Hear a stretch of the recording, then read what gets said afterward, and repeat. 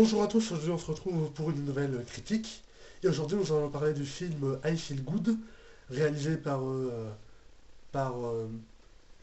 par Gustave Carverne et Benoît Delépine, avec Jean Dujardin, qui est sorti le 26 septembre, donc il y a à peu près une semaine.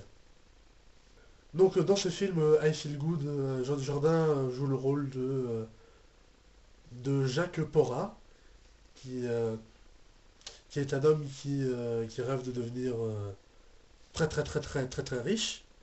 Et donc il a une idée d'entreprise et il part dans un village Emmaüs de l'abbé Pierre, vous connaissez sûrement. Donc il part là-bas pour retrouver sa sœur, attendez, sa sœur Monique Porras, jouée par Yolande Moreau. Et donc il va là-bas pour tester l'idée qu'il a eue d'entreprise. Donc son entreprise qui s'appelle I Feel Good, qui est une entreprise de chirurgie esthétique très très low cost, qui fait donc des chirurgies esthétiques à très bas coût en, euh, en Bulgarie, je crois, si je me trompe pas. Bah, attendez, je regarde. Euh,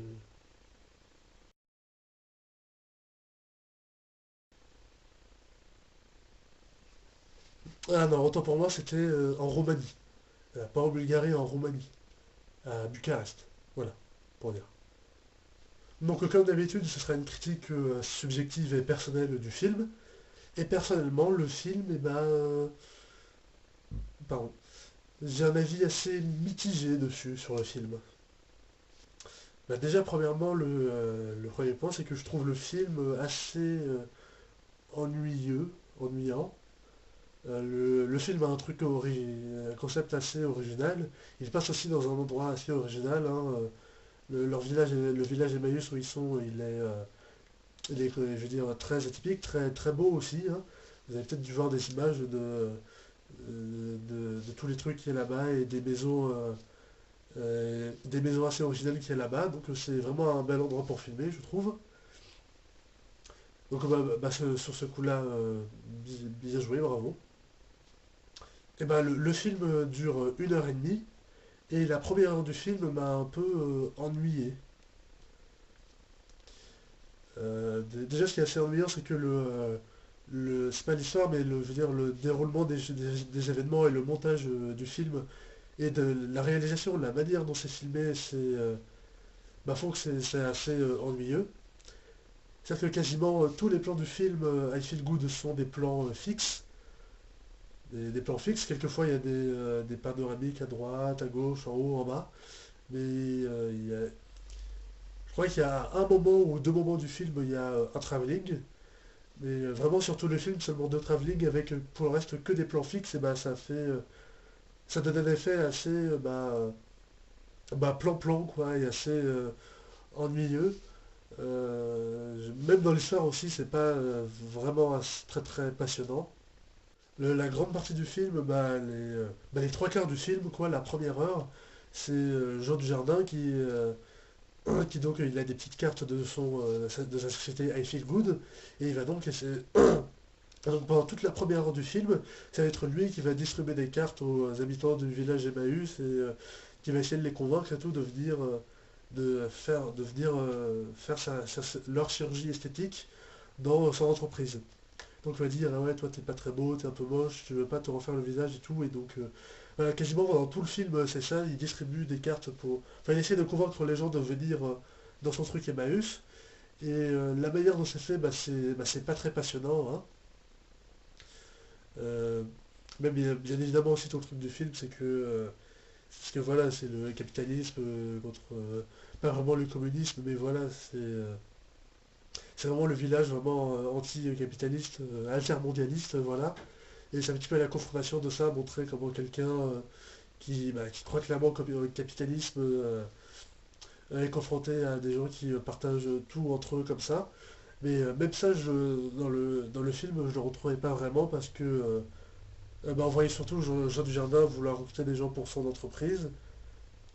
Même dans le film, j'attendais justement à le montrer plus souvent travailler ou partager des trucs avec les gens et enfin, enfin avoir un style de vie différent de ce qu'il avait avant. Mais même ça, on le voit pas vraiment, on voit presque pas travailler dans le film, hein. Il y a une scène où on le voit porter des trucs, mais pendant tout le reste, eh ben, comme il a la flemme de travailler, eh ben, on le voit pas travailler. Les personnages dans le film disent ah qu'est-ce qu'il fait, il est où, pourquoi il vient pas et tout. Donc on le voit quasiment jamais travailler, donc tout le truc de partage qu'il y a, tout ça, c'est dans le film, bah il est pas là quoi. C'est vraiment que à partir à partir d'une heure, bah, après trois quarts de film, que justement quand il commence à faire son plan pour son entreprise I Feel Good et tout, que ça commence à devenir intéressant. C'est bah, vraiment il n'y a que la dernière demi-heure du film qui est à peu près intéressante. Sinon à part ça, et ben voilà quoi, c'était assez, ennuyant, c'était assez ennuyant, voilà quand même. C'était assez ennuyant. Quelques points positifs, la musique du film. La musique, il y a 2 heures de musique, je crois, je me souviens plus très bien, mais je crois que c'est 2 heures à la guitare. Il y a vraiment que deux thèmes, deux mélodies dans tout le film. Et déjà, je trouve que les deux mélodies sont très belles, sont très bonnes. Et aussi, je trouve aussi avoir juste deux musiques pour ce film, c'est juste ce qu'il fallait, quoi. Il n'y a pas besoin d'avoir trois quarts du film noyé dans la musique comme pour les films américains.